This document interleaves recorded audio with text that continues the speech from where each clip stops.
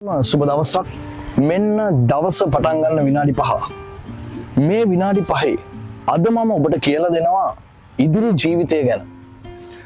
ඔබ දන්නවද දෙවියන් විශ්වාස කරන මිනිස්සු දන්නවා දෙවියන් වහන්සේ වැඩ කරන විදිය. දෙවියන් වහන්සේ වැඩ කරන විදිය නොදන්න මිනිස්සු දුක් විඳිනවා මේ පොළවේ. ඒක තමයි ඇත්ත.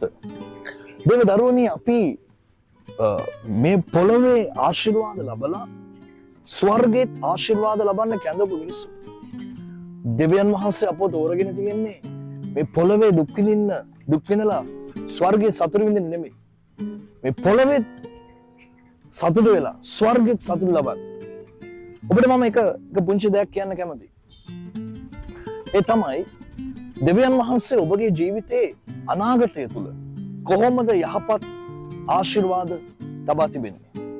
කොහොමද ඔබගේ යහපත් ඔබගේ ජීවිතයට යහපත් ආශිර්වාද තබා තිබෙන්නේ? ඉතින් අපි පොඩ්ඩක් ශුද්ධ බයිබලයට යනවා. යෝබ් පොතේ 24 වෙනි පරිච්ඡේදයේ පළවෙනි පදයේ සිට අපි බලමු. සර්ව පරාක්‍රමයන් විසින් කාලය නියම කර නැත්තේ මන්ද? උන්වහන්සේ අඳුරන අය උන්වහන්සේගේ දවස් නොදකින්නේ මන්ද? ඔබ දන්නවද?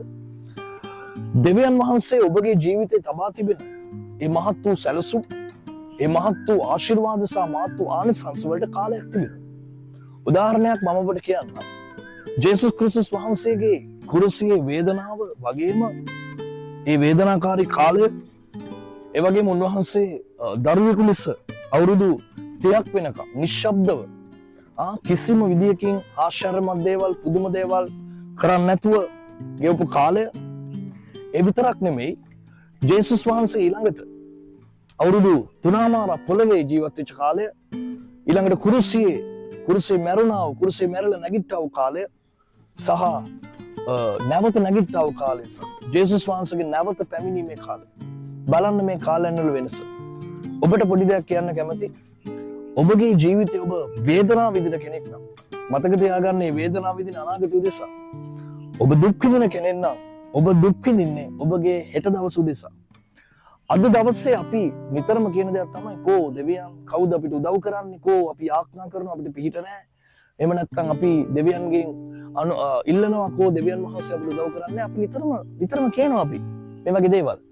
නමුත් ඔබ දන්නවද? ඒකට එක හේතුවක් තියෙනවා. මිනිසුන් කිතුණුවන් විදිහට දේව භක්තිය තියෙන අය ඕන තරම් හිටියට දෙවියන් වහන්සේගේ කාලය අඳුරගත්ත මිනිස්සු ගොඩක් අඩුයි. ඉතින් මේ ලස්සන දවසේ මම ඔබට කියනවා දේව කාලය අඳුරගන්න.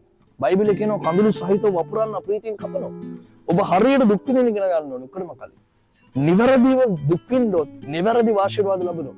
වැඩ කරන්න ඕන කාලේ වැඩ කරලා බලන්න. රස්සාව කරන කාලේ හරියට රස්සාව කරලා බලන්න. ජීවිතේ ඔබට ලැබුණු දේ හරියට කරලා බලන්න. ඒ කාලය හරියට ගත කරාට පස්සේ ඊළඟ කාලයට දෙවියන් වහන්සේ ඔබ ගෙනියනවා. නමුත් ඔබ දන්නවද ඔබ කාලය නියම ලෙස ගත කරන්නේ නැත්නම් ඔබට ඊළඟට ලැබෙන්න තියෙන කාලේ තව ප්‍රමාද වෙනවා, තව පරක් වෙනවා. ඒ නිසා මේ පොළවේ ඔබට ජීවත් වෙනවා. අපි හිතමු ඔබ අවුරුදු 80ක් ජීවත් වෙන කෙනෙක් නම් ඔබ අද දවසේ ඔබට රැකියාවක් කරන්න ලැබුණා නම් ඒ රැකියාව හරියට කරලා බලන්න. හෙට දවසේ දෙවියන් වහන්සේ ඔබ උසස් කරන්නේ නැද්ද කියලා. ගොඩක් අයට තේරෙන්නේ නැති එක දෙයක් තියෙනවා. කාලය හරියට ගෙවා දමන්න. ඉතින් ඒ නිසා දෙවියන් වහන්සේගේ කාලයන් තියෙනවා. ඔබ හරියට නියම විදිහට කාලයන් ගෙවා දැමුවොත් ඔබ නියම විදිහට කාලයන් වලට ඇතුල් වෙන්න යනවා. නියම විදිහට ජයග්‍රහණයන් වලට ඔබ ඇතුල් වෙනවා. ඔබ ගයක් හදන්න ඕන කාලේ ඔබ ගයක් හදයි. ඔබ වාහනයක් ගන්න ඕන කාලේ වාහනයක් ගනි. ඔබ ජීවත් වෙන්න ඕන විදිහට ඔබ ජීවත් වෙයි. හැබැයි ඔබ නිවැරදි කාලෙට ඇතුල් වෙන්න ඕන. ගොඩක් අය දුක් විඳින්න ඕන කාලේ දුක් විඳින්න කැමති නැහැ. කැප වෙන්න ඕන කාලේ කැප වෙන්න කැමති නැහැ. රස්සාවක් කරන්න ඕන කාලේ රස්සාවක් කරන්න කැමති නැහැ.